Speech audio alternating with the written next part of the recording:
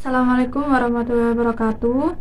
Di sini saya Agista Ikhwahyuni akan mempresentasikan terkait materi saya, yaitu pedoman hidup Islami warga Muhammadiyah sebagai tugas akhir semester 2 ini. Berikut presentasi yang akan saya sampaikan. Yang pertama, kita akan memahami pedoman hidup Islami warga Muhammadiyah. Jadi PHIWM ini adalah seperangkat nilai dan norma Islami yang bersumber dari Al-Quran dan Sunnah, menjadi pola bagi tingkah laku warga Muhammadiyah dalam menjalani kehidupan sehari-hari, sehingga tercermin kepribadian Islami menuju terwujudnya masyarakat utama yang diridhoi Allah Subhanahu wa Ta'ala.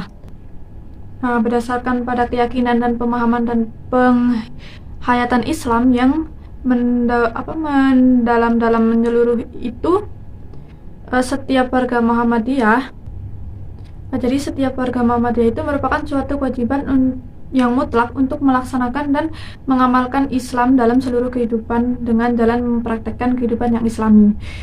Dalam lingkupan sendiri, sebelum mendakwahkan Islam kepada pihak yang lain, Muhammadiyah itu sebagai gerakan Islam maupun warga Muhammadiyah sebagai muslim yang benar-benar dituntut untuk keteladanannya dalam mengamalkan Islam di berbagai lingkup kehidupan.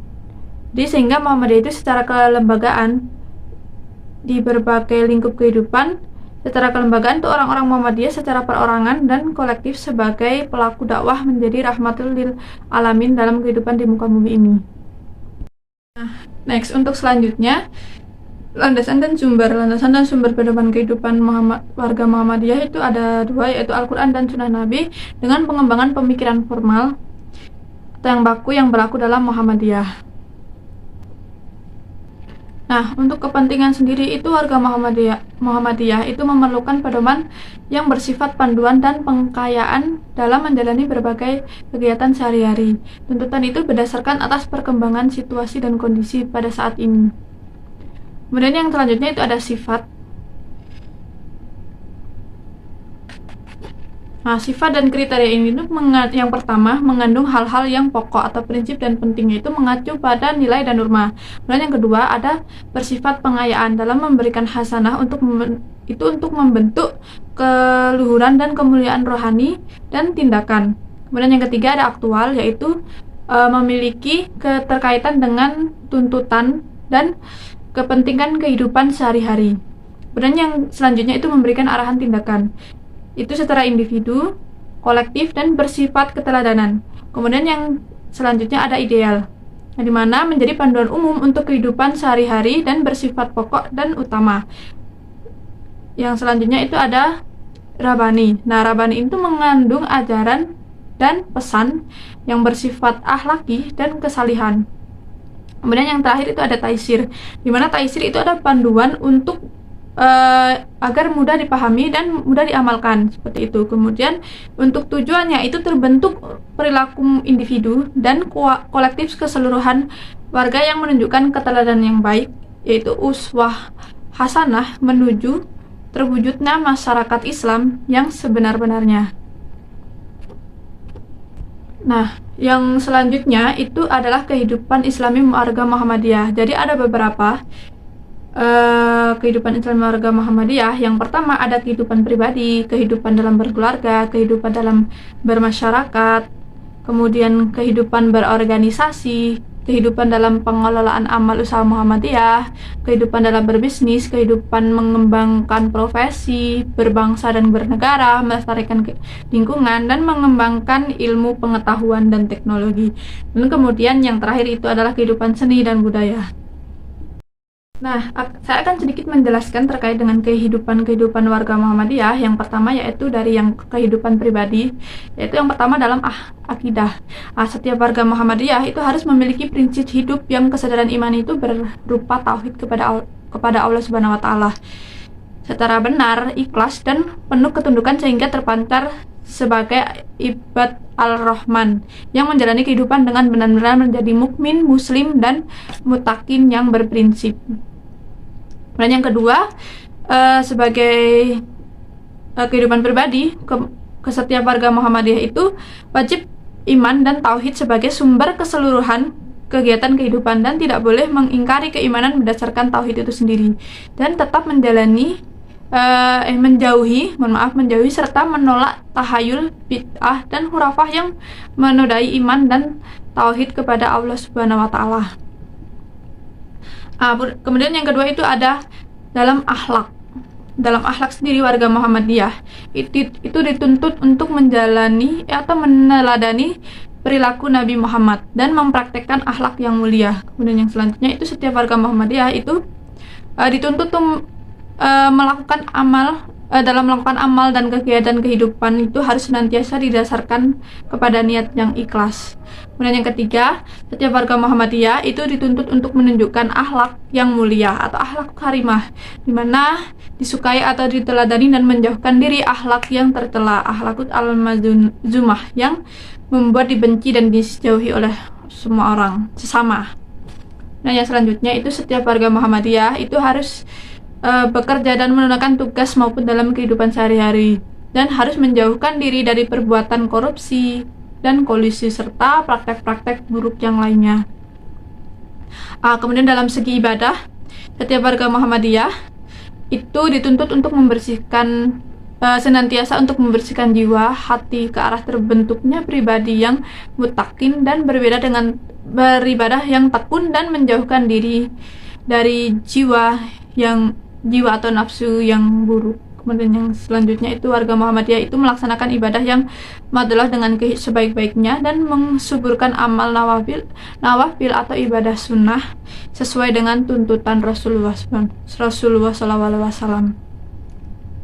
Kemudian dalam muamalah duniawiyah itu setiap warga Muhammadiyah itu harus selalu menyadari dirinya itu sebagai abdi dan khilafah di muka bumi. Kemudian yang kedua, setiap warga Muhammadiyah senantiasa itu berpikir secara burhani atau pendekatan tekstual dan kontekstual, dan secara bayani atau pendekatan dengan fakta dan rasio. Dan kemudian juga irfani atau pendekatan dengan hati nurani yang mencerminkan cara berpikir yang Islami yang dapat membuahkan karya-karya pemikiran maupun amaliyah yang mencerminkan keterpaduan antara orientasi hablu min Allah dan hablu min al-nas, maslahat bagi kehidupan umat manusia. Untuk selanjutnya, setiap warga Muhammadiyah itu harus mempunyai etos kerja Islami seperti kerja keras, disiplin, dan tidak menyia-nyiakan waktu, berusaha secara maksimal dan optimal untuk mencapai sebuah tujuan. Yang selanjutnya itu kehidupan dalam berkeluarga.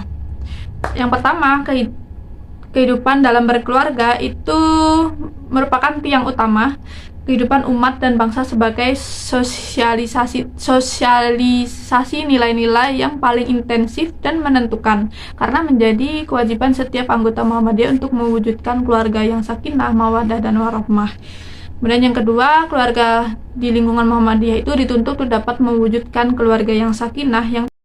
Untuk yang selanjutnya itu fungsi keluarga, yaitu di mana keluarga di lingkungan Muhammadiyah itu perlu difungsikan sebagai mensesuaikan nilai-nilai agama Islam. Nah, yang kedua itu dituntut keteladanan dalam mempraktekkan kehidupan yang Islami. Nah, tatanannya itu ihsan, kebaikan, dan bergaul dengan ma'ruf. Dan yang selanjutnya aktivitas keluarga di tengah-tengah arus media elektronik ini dan media cetak yang semakin terbuka, keluarga-keluarga di lingkungan Muhammadiyah itu kian dituntut perhatian dan kesungguhan dalam mendidik anak-anaknya. Kemudian yang kedua itu lingkungan Muhammadiyah dituntut keteladanannya untuk menunjukkan kehormatan dan perilaku yang ihsan, kemudian terhadap anak-anak dan perempuan itu, serta menjauhkan diri dari praktek-praktek kekerasan dan melantarkan kehidupan terhadap anggota keluarga. Kemudian yang ketiga, keluarga-keluarga di Muhammadiyah itu memiliki kepedulian sosial yang membangun dan hubungan sosialnya itu secara ihsan, ihlah, dan ma'ruf dengan tetangga-tetangga sekitar. Dalam pelaksanaan salat dalam kehidupan itu harus menjadi prioritas utama, dan kepala keluarga juga perlu memberikan sanksi yang bersifat mendidik, seperti itu.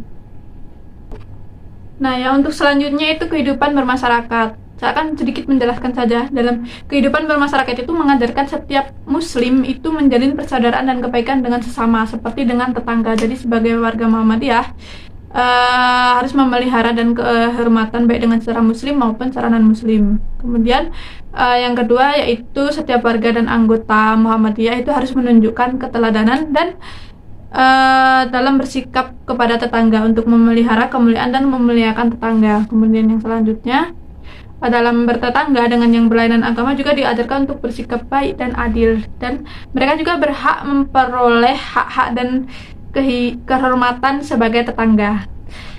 Juga memberikan makanan yang halal dan boleh pula menerima makanan dan mereka berupa makanan yang halal dan memelihara toleransi. Kemudian yang keempat, dalam hubungan-hubungan sosial yang lebih luas, anggota Muhammadiyah itu baik sebagai individu maupun sebagai jamaah warga dan jamiah organisasi haruslah menunjukkan sikap-sikap sosial yang didasarkan atas prinsip menjunjung tinggi nilai kehormatan. Kemudian yang kelima itu melaksanakan gerakan jamaah, di mana jamaah dan dakwah itu sebagai wujud dan pelaksanaan dakwah Islam di tengah-tengah masyarakat untuk perbaikan hidup baik lahir maupun batin, sehingga dapat mencapai cita-cita masyarakat utama yang diridhoi oleh Allah Subhanahu wa taala. Selanjutnya itu kehidupan berorganisasi. Dalam kehidupan berorganisasi itu Perserikatan Muhammadiyah itu merupakan amanat yang didirikan dan dirilis oleh Kiai Haji Ahmad Dahlan untuk kepentingan menjunjung tinggi dan menegakkan agama Islam sebagai terwujudnya masyarakat utama yang diridhoi oleh Allah Subhanahu wa taala. Karena itu menjadi tanggung jawab seluruh warga dan lebih-lebih itu pemimpin Muhammadiyah. Kemudian yang kedua itu sebagai anggota kader dan pimpinan Muhammadiyah, di mana berkewajiban memelihara atau melangsungkan dan menyempurnakan gerak dan langkah perserikatan dengan penuh komitmen yang istiqomah kepribadian yang mulia dan wawasannya itu memiliki pemikiran dan visi yang luas. Dan yang ketiga itu menyelesaikan masalah-masalah dan konflik-konflik yang timbul di perserikatan dengan sehingga itu mengutamakan musyawarah dan mengacu pada peraturan organisasi yang memberikan kemaslahatan. Kemudian selanjutnya itu menggairahkan ruh al-Islam dan ruh al-Jihad, di mana dalam keseluruhan gerakan perserikatan dan suasana di lingkungan perserikatan, sehingga itu Muhammadiyah benar-benar tampil sebagai gerakan Islam yang istiqomah dan memiliki gairah yang tinggi. Kemudian yang kelima, setiap anggota pimpinan perserikatan itu harus menunjukkan keteladanan dalam bertutur kata dan bertingkah laku. Yang selanjutnya itu dalam lingkungan masyarakat perserikatan sendiri itu hendaknya dikembangkan disiplin dan tepat waktu, baik dalam menyelenggarakan rapat-rapat atau pertemuan-pertemuan tertentu seperti itu. Next, dan yang selanjutnya itu dalam acara-acara rapat dan pertemuan di lingkungan perserikatan hendaknya itu ditumbuhkan kembali pengajian-pengajian yang singkat seperti kuliah 7 menit dan selalu mengadakan waktu salat dan menunaikan salat jamaah. Dan yang selanjutnya, para pemimpin Muhammadiyah itu harus gemar mengikuti penyelenggaraan kajian-kajian keislaman. Dan yang 9 itu wajib menumbuhkan dan menggairahkan perilaku amanat dalam memimpin dan mengelola organisasi seperti itu. Kemudian yang selanjutnya itu ada setiap anggota Muhammadiyah itu lebih-lebih pemimpinnya jangan mengejar-ngejar jabatan. Jadi nggak boleh dalam perserikatan, tetapi juga harus menghindarkan manakala memperoleh amanat, sehingga jabatan dan amanat itu merupakan suatu yang wajar sekali. Sekaligus dapat ditunaikan dengan sebaik-baiknya. Kemudian yang selanjutnya itu ada setiap anggota pimpinan Muhammadiyah harus berusaha menjauhkan diri dari sikap fitnah, sombong, aniyah, dan perilaku tercela lainnya. Kemudian yang selanjutnya itu setiap lingkungan perserikatan itu hendaknya diberikan tradisi membangun imanah. Dan selanjutnya itu dengan semangat tajdid itu hendaknya setiap anggota pimpinan Muhammadiyah itu memiliki jiwa pembaru dan jiwa dakwah, sehingga dapat mengikuti dan memelopori kemajuan yang positif bagi kepentingan Idul Islam wal Muslimin atau kejayaan Islam dan kaum muslimin. Untuk selanjutnya itu setiap anggota pimpinan dan pengelolaan perserikatan dimanapun berkiprah sehingga itu bertanggung jawab dalam mengembangkan misi Muhammadiyah dengan penuh kesetiaan. Kemudian yang 15, setiap anggota pimpinan maupun warga perserikatan itu hendaknya menjauhkan diri dari perbuatan takhlik, syirik dan bidah dan khurafat. Yang terakhir, pemimpin perserikatan sendiri itu harus menunjukkan akhlak pribadi muslim dan mampu membina keluarga yang islami. Kemudian selanjutnya ada kehidupan dalam mengelola amal dan usaha, di mana amal usaha itu adalah salah satu dari usaha-usaha perserikatan mencapai maksud dan tujuan perserikatan, yakni itu menegakkan dan menjunjung tinggi agama Islam sehingga terwujud masyarakat utama yang diridhoi oleh Allah Subhanahu wa Ta'ala. Oleh karenanya semua bentuk kegiatan amal usaha Muhammadiyah itu harus mengarah pada terlaksananya. Akan menjelaskan sedikit singkat saja terkait dengan amal usaha. Jadi seluruh pemimpin dan karyawan pengelolaan amal usaha itu hendaknya memperbaiki silaturahmi dan membangun hubungan sosial yang harmonis. Jadi dalam seluruh pemimpin, karyawan dan pengelolaan amal usaha itu selain melakukan aktivitas pekerjaan yang rutin, jadi kewajiban itu biasakan melakukan kegiatan-kegiatan memperteguh dan meningkatkan takarub kepada Allah Subhanahu wa Ta'ala. Yang selanjutnya kehidupan dalam berbisnis. Dalam kehidupan berbisnis ini ada upaya untuk melakukan manusia untuk memenuhi kehidupan diri dan keluarganya. Jadi sepanjang tidak melanggar dari syariat Islam itu tidak masalah, seperti itu. Kemudian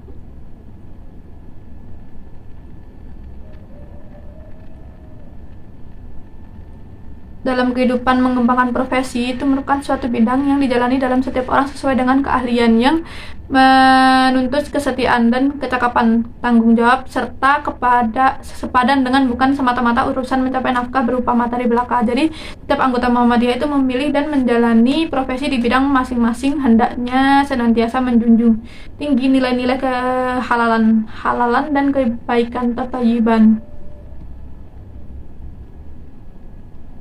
Untuk yang selanjutnya itu ada kehidupan dalam berbangsa dan negara. Jadi dalam kehidupan berbangsa dan negara, warga Muhammadiyah itu perlu mengambil bagian dari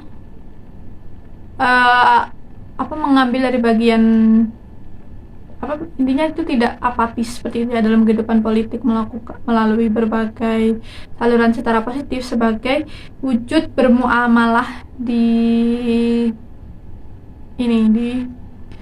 dalam bidang kehidupan gitu. Dan yang selanjutnya itu prinsip dalam berpolitik itu harus ditegakkan dengan sejujur-jujurnya dan sesungguh-sungguhnya, yaitu menunaikan amanat dan tidak boleh mengkhianati amanat, dan selalu menegakkan keadilan, seperti itu. Dan yang selanjutnya kehidupan dalam melestarikan lingkungan. Dalam kehidupan melestarikan lingkungan sendiri itu setiap muslim khususnya warga Muhammadiyah itu berkewajiban melakukan konservasi sumber daya dan ekosistemnya, jadi sehingga terpelihara proses ekologis yang menjadi penyangga kelangsungan hidup.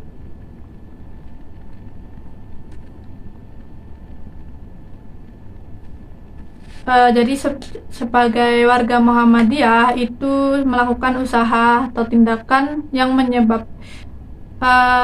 untuk tidak melakukan usaha atau tindakan yang menyebabkan kerusakan lingkungan hidup, seperti itu.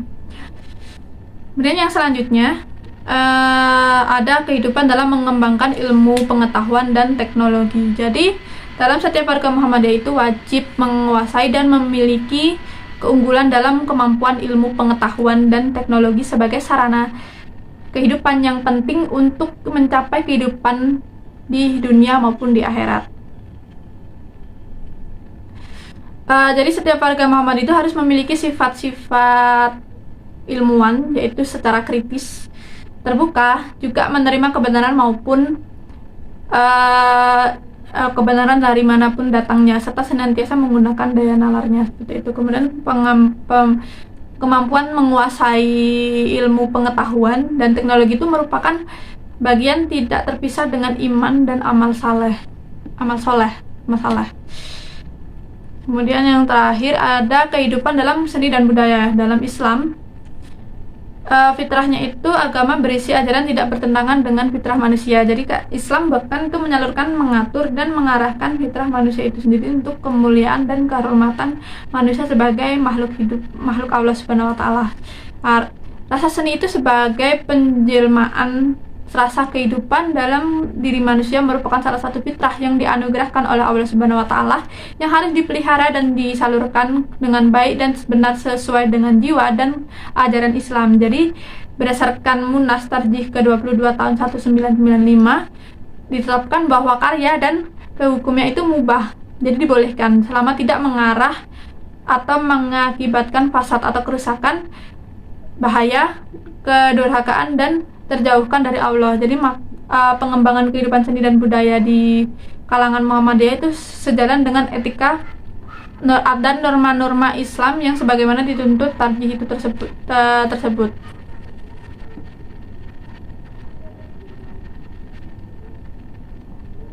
Jadi setiap warga Muhammadiyah itu baik dan menciptakan maupun menikmati seni budaya dapat menumbuhkan rasa halus dan keindahan yang menjadi seni dan budaya sebagai sarana mendekati diri kepada Allah Subhanahu wa Ta'ala. Jadi sekian presentasi dari saya.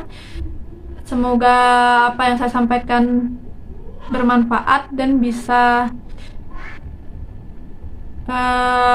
semoga bermanfaat. Terima kasih. Wassalamualaikum warahmatullahi wabarakatuh.